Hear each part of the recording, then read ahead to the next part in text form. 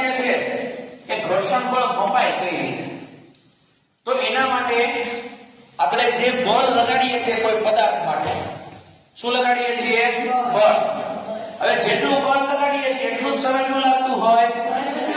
લખ્યું છે જેટલું લગાડેલું બળ એટલું શું લાગે સામે? ઘર્ષણ બળ.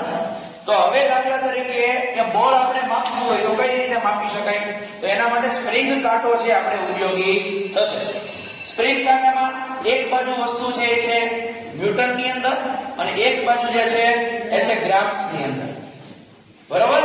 તો ન્યૂટન જે છે એ શું છે? આપણો બળ માપક માટેનો એક એકમ છે. દાખલા તરીકે આપણને પ્રવૃત્તિ એવી છે ઈંટ માટેની. શેના માટેની? ઈંટ. પણ આપણી પાસે ઈંટ નથી એટલે આપણે એક જુગાડ કરીને બે પાઉચ ભેગા કર્યા છે.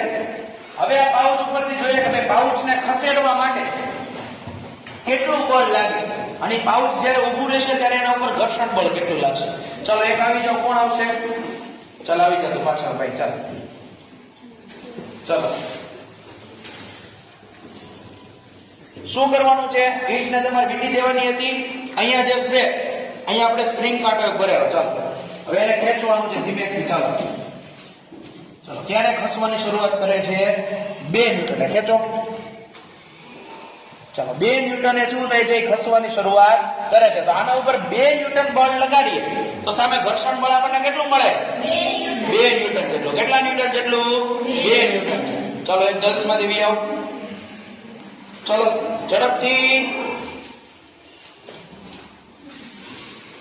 ચલો અહીંયા લગાડો. જો આ અહીંયા શું કર્યું છે તમે? આ સ્પ્રિંગ લગાડી ધીમે ધીમે ધીમે.